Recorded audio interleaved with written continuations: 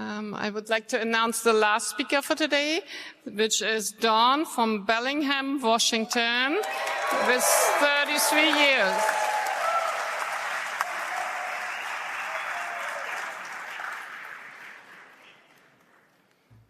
Don Landis, alcoholic. Incredibly excited to be here. Hello, Vancouver. I hope you're happy. Our topic, sobriety is progressive too. How many people are sober alcoholics in this room? Raise your hand. How many people are happy, joyous, and free?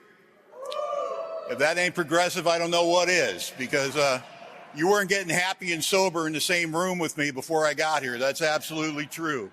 I want to thank everybody on the panel and Silk for being German and keeping us on schedule. And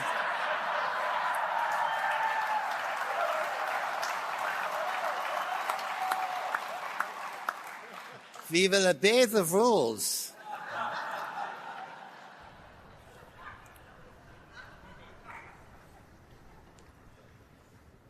I got drunk for the first time when I was 17 years old, and alcohol gave me wings to fly, and alcoholism eventually took away the sky. If you had come and talked to me at 17 years old when I felt like I got the keys to the kingdom and you had said, this is what's coming for you. If you had showed me a film of the next 12 years of my life, if you had showed me the failure, the heartache, the broken plans, the broken dreams, I would have said no idiot would stay on the ride that long. But I didn't understand alcoholism at 17 years old. I didn't know that I had something that when it progressed to the point, it didn't matter about consequence. I drink through consequence. I drink through pain. I drink through failure. I drink through my mother crying in front of me going, don't you know you're killing yourself? I drink through the heartache. I drink through the missed opportunities because my alcoholism has the perfect delivery system, my voice in my head leading me back to the drink. We talk about progression. You want to talk about progression? It's not that I drink more often, I drink harder stuff. We all drink differently with different condiments. One thing we have in common, you put that in my system, I can't stop. But the progression for me isn't how I drank. The progression of me actually is what happens when I don't drink. Because when the trouble comes in my life and the consequence comes in my life, I'm not stupid. I don't want to break your heart. I don't want to break my dreams. I don't want to be a failure at the game of life. Who does? But something cruel happens to a guy like me with a head full of information and knowledge that Don shouldn't drink 2 to 5 days of physical sobriety. My world gets gray. My world gets dark. And I miss it terribly. The progression is this and nothing less. By the time I arrived at you, I had a perfect inability to experience joy in a sober state. How do you tell them the truth? How do you tell the judge the truth? How do you tell your mom the truth? How do you tell your girl the truth, your employer the truth? I know what it looks like. I know like I look like I'm a maniac. And they say, kid, are you having fun? No, not a drop. It looks painful. It is. Are you going to stop? Nope. How do you tell them the truth? I know what it looks like, but you don't know. You only see the outside. You can't feel what it's like on the inside when I'm not drinking. So the fact you're in a room full of people that aren't drinking, we're all in a natural state. We're birds that don't fly, fish that don't swim. We're drunks that don't drink. It's bananas. But you can't put it on a resume. So you got to come to AA where people identify and appreciate your unnatural state. I'm not drinking and I'm happy. Me too. It's weird. I didn't see what was coming for me at 17. I wouldn't have believed you. The juggernaut of destruction, the monster, the remover of all things worthwhile in life, this thing we call alcoholism that doesn't stop till it gets it all, where it takes everything from a young man you can possibly take from a young man, where there's nothing left, where the kind thing to do would have been to kill him, and it doesn't kill him. It turns its sights on his family, and now they can't sleep. They've got no serenity. They've got no hope, and they're waiting for the phone call. Oh, it gets the whole family. The rebels from active alcoholism, they just spread out. They touch everything. Destroys everything. I didn't see what was coming for me. But on September 16th, 1991, when I had my chance to recover, when I stole a family member's car, nothing new there. When I came home after a 4-day run, nothing new there. As I'm rocking on the bed that I'm mooching off of a family member because I haven't worked in a year, I got warrants for my arrest in 2 counties. I burned my life to the ground. I don't hit a bottom and come to AA. I hit a bottom and decorate it. That's who I am. And the tears are running down my cheeks because I've done it again. And I'm coming off a 4-day drunk, and I've done it again. And I don't have any whiskey to push it down, and I know what I've done to them again, and they don't believe me anymore because I tell them I love them with my words. I'm so sorry, give me another chance. I don't mean to treat you this way. But my actions tell you I love you not. So my family and I are sick together. And I come to Alcoholics Anonymous that night not to get sober, not to find what you have here, because I'm playing the recovery card. I know I'm not going to get sober. I've been trying for 5 or 6 years on my own. I can't do it. Dumbest thing I ever heard in AA when I was new is, we don't drink no matter what. Do you think that didn't occur to me?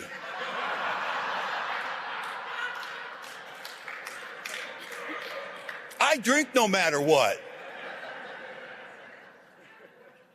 I arrived at a state in my life at the end that if you put a normal, healthy, mature person in my life for 6 hours, they'd go running down the street in terror. But for me, what's it become? Tuesday. Friday night, Monday morning. Remember Monday morning, the oops, I did it again morning? Went into the weekend with high hopes, didn't we? Wake up Monday. It was different. It was worse, you know. I walked into Alcoholics Anonymous at the low point of my existence. Hope was a distant memory, haunted by the memory of a world that one time I was a part of, but now I got my face against the glass and my hands pressed there. I see the good people of the world living their life, and I remember when I was part of it, and I know it's in the rearview mirror. It'll never be mine again. I didn't believe in this thing. I knew it wouldn't work for me in a million years, and I walk in here hopeless, helpless, hapless, and I didn't see what was coming for me. Because AA's got to be everything and more that the monster that alcoholism is. And boy, isn't it. Vision for you. I know. The guy gets 12-stepped in a vision for you, and he says, listen, I know now more than ever after what you've said to me, I've got to do without liquor. But how can I? Am I consigned to a life where I'll be stupid, boring, and glum, like some righteous people? I say, do you have a sufficient substitute? And AA makes the promise, don't we? Yes, there's a sufficient substitute, and it's vastly more than that. It's a fellowship in Alcoholics Anonymous. There, life will mean something at last. Your imagination will be fired. The greatest years of your existence lie ahead. Thus we find the fellowship, and so shall you. And when we're new, we know you're lying. You say you're not drinking and you don't miss it. Liars. How could I believe you? That's not my experience with separation from alcohol. Separation from alcohol equals insanity. How could I believe you? But I got nowhere else to go. And the great thing about AA, boy, when you got nowhere else to go, looks pretty good. Really does. And the other great thing about AA, a couple of things. One, the worse you are, the more we like you. Right? Oh, they love this newcomer, trust me. They're like, oh, we got a ripe one, you know. Oh, my God. And the good news about AA always will be this. It doesn't work because of the alcoholic. It works in spite of the alcoholic. What do I bring to AA when I'm new? Fierce resentment, belly full of fear, pitiful, incomprehensible demoralization, wreckage of my past. There's no raw material to work with. Oh, my God. People say AA saved my life. AA did not save my life. That life was tattered. It was burned to the ground. There's no life. You come to AA and God opens the cupboard of souls and gives you a spare. He says, hey, I gave you one and free will. You burned it to the ground. You're done. But I love you. So I'm going to give you a spare. But this one belongs to me. And you will conduct yourself this time as though it belongs to me. You're going to serve my kids. You see, we're a society of servants. If AA, Sobriety is progressive too. I'm going to talk to you about the nice house I live in, the 29-year marriage with a woman I love like good poetry, the nice career I've had, a room full of amazing friends, people that think I'm the man. I think I'm the man. Everything's great, right? If that is what AA is about, it ain't AA. That's self-help. That's self-help. We're not a self-help program. We're a self-sucks program.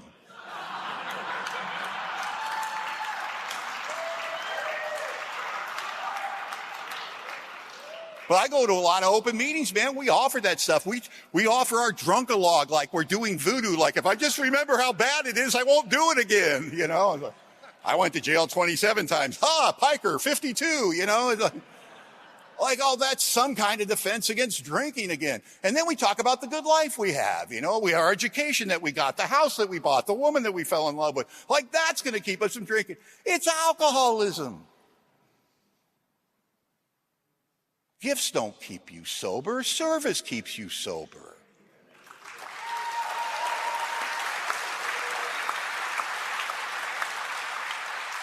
Am I bagging on gifts? No, I got a lot of them in my life. I dig them. I hope they don't go away. But I didn't see what was coming for me. The majesty, the power, the love.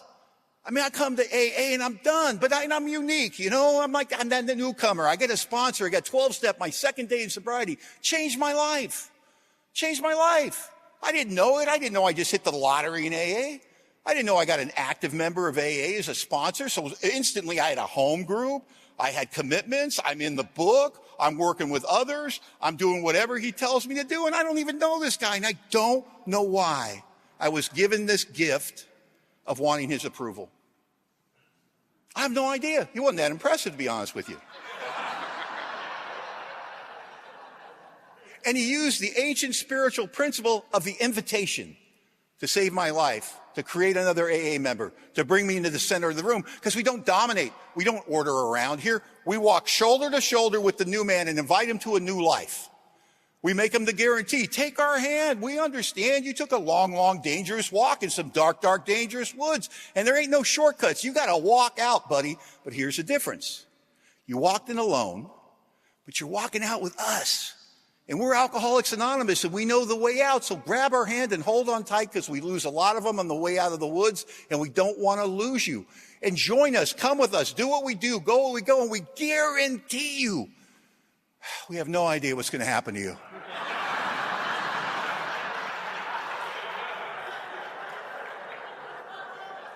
None whatsoever. But we also guarantee you it'll be better than anything you could have planned yourself. And isn't that the universal experience? Don't we share that all the time amongst ourselves? We didn't see the good life that was coming for us. The love, the peace, the joy, the camaraderie, the fellowship.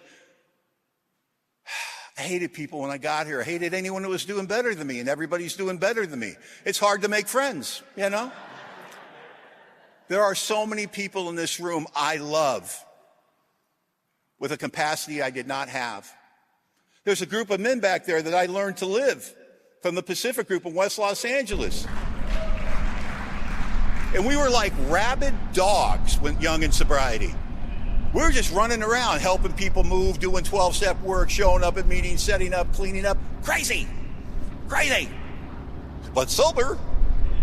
You knew when we were in the room. You know what I mean? We're kind of sophisticated now. We chew with our mouths closed, but it wasn't that way back in the day. And AA accepted us, because AA doesn't wait till you get well to accept you. We accept you at the low point of your existence and invite you to a new life. Invite me to set up meetings. Invite me to go out to coffee.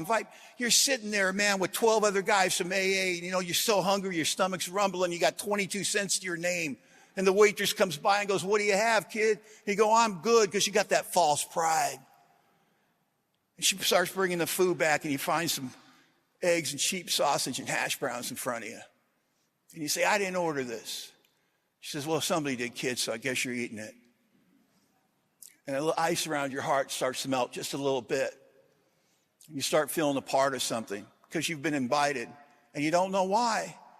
Why you treat me like gold? Why you treat me so good? Why you treat me like you waited your whole life for me? Don't you know who I am? I've heard everybody's had the misfortune of caring about me. And you say, "Kid, you're just like us. We're so glad we're here. We've been saving a seat for you for so long." And I didn't realize that for decades, for some men and women, they've been going to those meetings and setting them up and tearing them down and making the coffee and putting out the literature because they didn't know that was the night. That was the night, that the most important night of another human being's life was going to be that night, and they wanted to be ready. And when that person walked in the door, they were ready. They were ready to introduce that person to new life and invite them along with them. And you're ready for me on September 16th, 1991. I didn't see what was coming for me. I didn't see the majesty that is the Society of Alcoholics Anonymous. And I took advantage of everything when I was new because that's why you put it out. But I'm not new anymore, and I've got eyes that have been open for 33 years of sobriety, seeing what's going on here. And I understand how vitally important what we do is and how we must be prepared for the next people to come to Alcoholics Anonymous. And things started happening in my sobriety. I followed my sponsor around like a little dog, man, just did what he did, went where he went. And so I'm learning from somebody who's always an active member. Then 6 months sober, I start sponsoring a new guy, man, first guy sponsored, and my life changes. And I'm not ready to sponsor people, man. I'm 6 months sober. What do I have to offer? What am I going to say to him? Well, I still live at my sister's house. I work construction for minimum wage. I'm not very good at it. I have a nickname at the job site, the Bleeder. I'm hopelessly in debt. I've just started cleaning up my warrants. I have a tyrannical figure in my life called a sponsor. I'm pretty sure he doesn't like me. I don't have a car. I don't have a girl. I don't have any prospects. I don't know. If you want what I have and you're willing to go to any length to get it.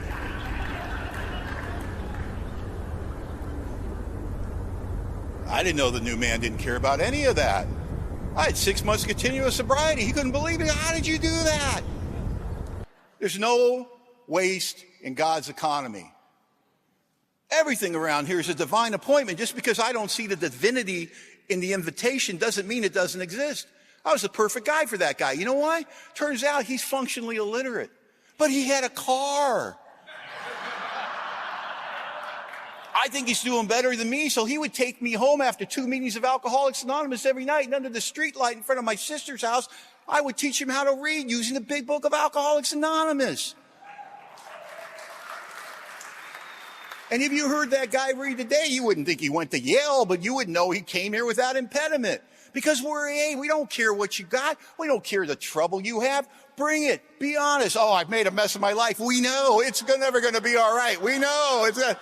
Oh, my God. My sponsor found out I owe the IRS 80 grand. That's 80 grand 91 numbers. That's like $187,000 today. I've done the math. And man, he didn't blow any smoke up me. And he didn't say, oh, there, little alcoholic. You're home now. He said, whoo, that's a lot of money, you know. He said, you might be broke forever, but you'll be sober, you know. But he took that nugget, man, and he put it into service at Alcoholics Anonymous immediately. For the next few years till I got a handle on that debt, any newcomer had the audacity to complain to my sponsor about his little $1,000 IRS debt. This is my sponsor. Hold that thought, Jimmy. Hey, Don, you got a minute?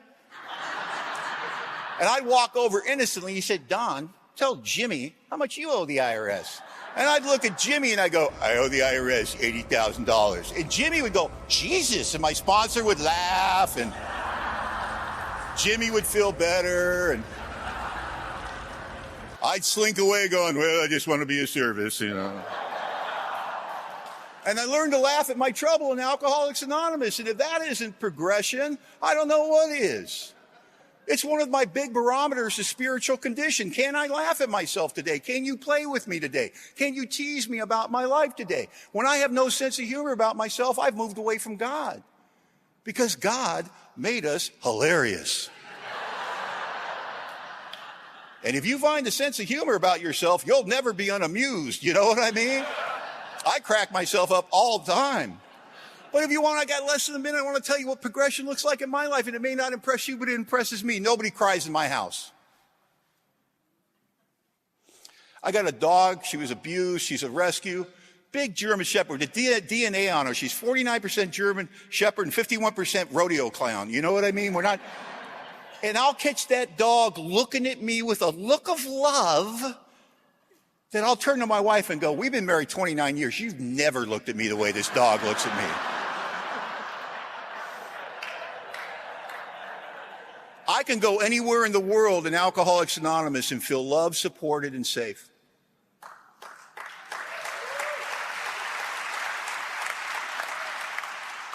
You want to talk about sobriety is progressive?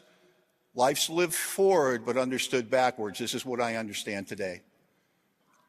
I know that the worst part of my life was over the minute I found you. I have not had a life that has been problem-free for the last 33 years. I've had it all. Marriage, sex, money, conveyor belt of life. But I'll tell you this, the biggest problem, the one that was ripping the skin off of my life and my family's life, the one that was going to kill me, you took care of that. You did this for me. You need to take a moment and think this to yourself.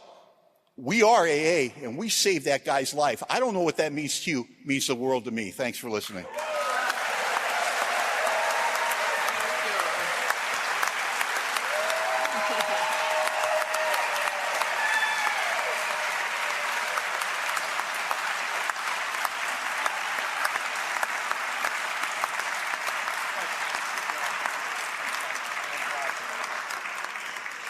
Yeah, so we come to the end of the meeting. I want to thank Jeffrey, Stuart, and Don for their beautiful talks.